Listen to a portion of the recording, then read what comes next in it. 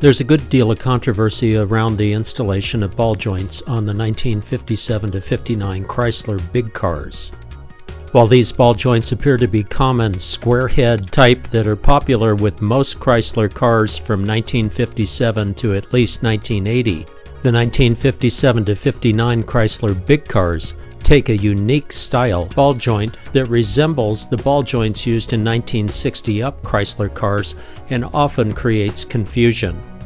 The primary difference is the thread height from the backside of the square head of the ball joint. In this view, the ball joint threads are just started, and you can see how much space there is between the backside of the square head and the flange of the control arm. Here, with several threads turned in, there's still a gap between the backside of the square head and the seat. This is an original equipment 1957 ball joint. Look how high the threads set above the backside of the square head. Here is the reason for the thread setting so high. Note that on the 1957 to 59 Chrysler control arms, the threads are at the top side. Here we see an attempt by the aftermarket to make a universal press-in ball joint that is actually narrower all the way up the shoulder, too small for the inside diameter of the ball joint socket. This worn-out socket was brazed with 26C weld mold 100,000 tensile brazing, and the socket still could not be restored. This is a popular 1960 up press-in ball joint. When fitted to a lower control arm with good threads, this ball joint drops right through the threads. Not only sloppy, this is an unsafe fit. Correct fit requires threads that are way up the shoulder and a diameter that fits snugly through the seat and stays snug all the way to the backside of the square head. This common and popular Moog K727 fits fine for 1960 up Chrysler products, including some of the vans. The threads, however, are right behind the square head and do not reach high enough on the shoulder to catch the threads in the 1957 to 59 Chrysler big car lower control arms. This HAL Racing aftermarket high performance ball joint is also patterned off the K727 ball joint. Note the position of the threads right above the shoulder. These K727 type ball joints also have a recess above the square head, and this makes the fit even looser at the ball joint seat of 1957 to 59 Chryslers. Threads on the K727 ball joint simply do not reach high enough to capture the threads on the 1957 to 59 Chrysler lower control arms.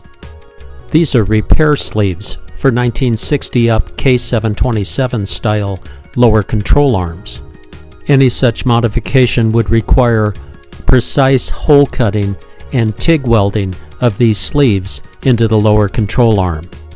These sleeves are designed specifically for K727 style lower control arms on 1960 and up Chrysler cars and trucks.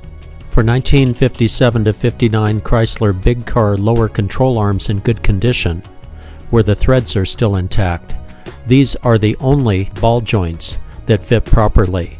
The 1843248 is the original Chrysler part number for this application. The K713 MOOG is actually obsolete.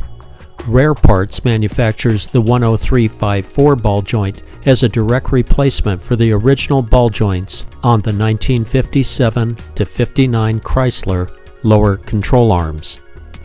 This is the Rare Parts ball joint. Note that the position of the threads is identical to the lower control arm thread position on 1957 to 59 Chrysler big cars.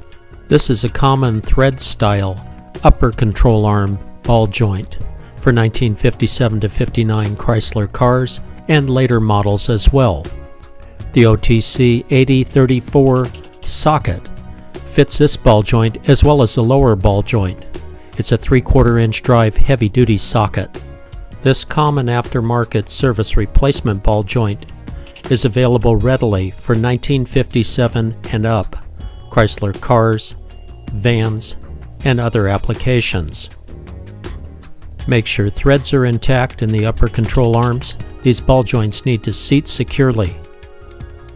Torque the ball joint into place with the correct tool and the correct torque specification. When installing ball joints in threaded sockets, always make sure the ball joint is aligned.